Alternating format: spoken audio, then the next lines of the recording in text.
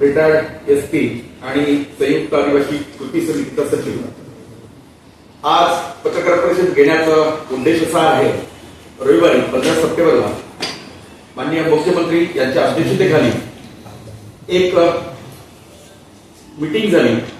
त्या मीटिंगमध्ये धनगर समाजाने जी मागणी केली होती की धनगरांना आदिवासीमध्ये आरक्षण मिळावं आणि धनगर आणि धनगर हे एकच आहे, तशा प्रकारचा जीआर काढण्यात यावा आणि तो जीआर काढण्यासाठी जी कमिटी फॉर्म करण्यात आलेली आहे ऍज वेल एज धनगर समाजाचे 5 प्रतिनिधी त्या समितीमध्ये असतील, अशा प्रकारची समिती स्थापन करून त्यांच्याकडून लवकरात लवकर अहवाल घेऊन शासन तशा प्रकारचं जीआर काढणार आहे।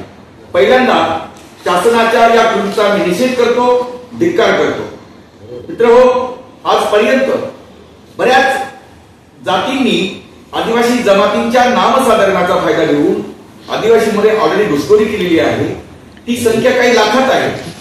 एका बाजूला आदिवासींना न्याय देण्याऐवजी त्या घुसखोरांना बाहेर काढून आमच्या आदिवासींना नोकऱ्या देण्याऐवजी शासन एका मागोमाग एक आमच्यावर अन्याय करत सुटलेला आहे।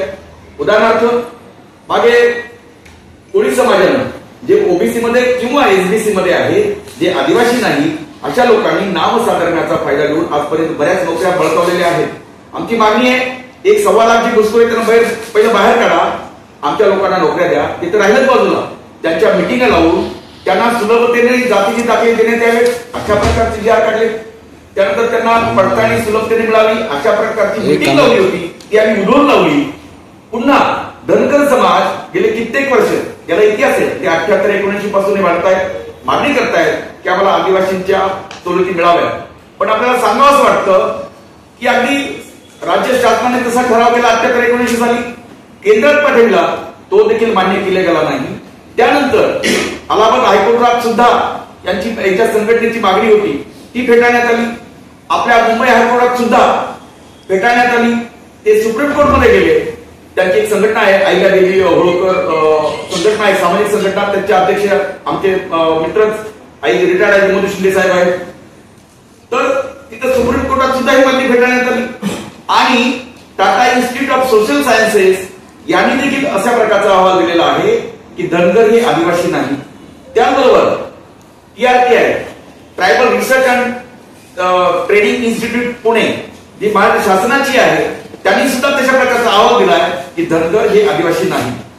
हे सगळं असताना सुद्धा धनगर समाज प्रत्येक ठिकाणी कायदेशीर लढतोय, चांगली गोष्ट आहे। परंतु त्यांना माझी विनंती राहिली की कायद्याने तुम्हाला NT क मध्ये ज्या सवलती दिलेल्या आहेत त्या तुम्ही वाढवून घ्या, असं काही म्हणणं नाही। परंतु आजपर्यंत जो उठतो प्रत्येक जण आदिवासीमध्ये घुसतो।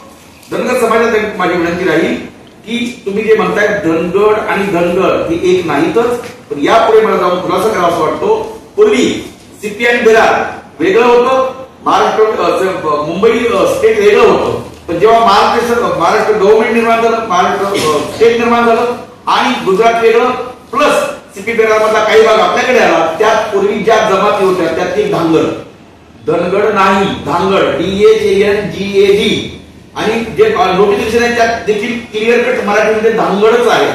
त्यामुळे त्यांनी जो स्टँड घेतला आहे नामसाधरणाचा काहीतरी फायदा घेऊन त्यांना ज्या काही ते मागणी करतात ती चुकीची आहे आणि ती साफ खरं म्हणजे इलिगल आहे।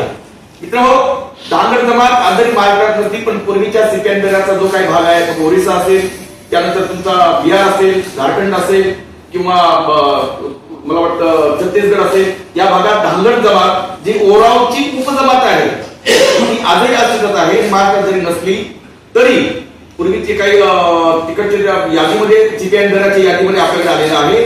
आमची शासनाला विनंती राहील की तुम्ही आजपर्यंत 30चा अहवाल असेल, TRTIचा अहवाल असेल, मुंबई हायकोर्टचा निर्णय असेल, सुप्रीम कोर्टचा निर्णय असेल, तो मान्य करावा आणि कुठलाही इलिगल अनैतिक असा कुठलाही जीआर काढू नये, अन्यथा आदिवासी समाज पेटून उठल्याशिवाय राहणार नाही आणि प्रचंड प्रमाणामध्ये संपूर्ण महाराष्ट्रामध्ये मोठमोठे आंदोलन होतील, अशी मी या प्रसंगी आपल्याला शासनाला इशारा देतो। कारण मला सांगावं असं वाटतं की महायुतीमध्ये आजही जवळजवळ 10 आमदार भाजपचे, म्हणजे तुम्हाला जर राजकारणच करायचं असेल तर राजकारण एका बाजूला तुम्ही जेव्हा बेरीज करायला जाल तेव्हा तुमची नक्कीच वजाबाकी होईल. राजकीय प्रश्नांना राजकीय उत्तर द्यायची असतील तर मी आपल्याला या महायुतीला किंवा या शासनाला ठणकावून सांगतो, तुम्ही बेरीज करायला जाल पण धनगर समाजाचा वेगळा आराखडा आहे. 85 ठिकाणी त्यांचं मेजॉरिटी आहे. जर तुम्ही धनगरांना आदिवासीमध्ये घ्याल तर त्या 85 जागा आधी या 25 आदिवासीचे आमदार सगळ्यांची बेरीज करून त्यांना राज्य ताब्यात द्यायचे. तुम्हाला कोणतं परवडते तुम्ही ठरवा.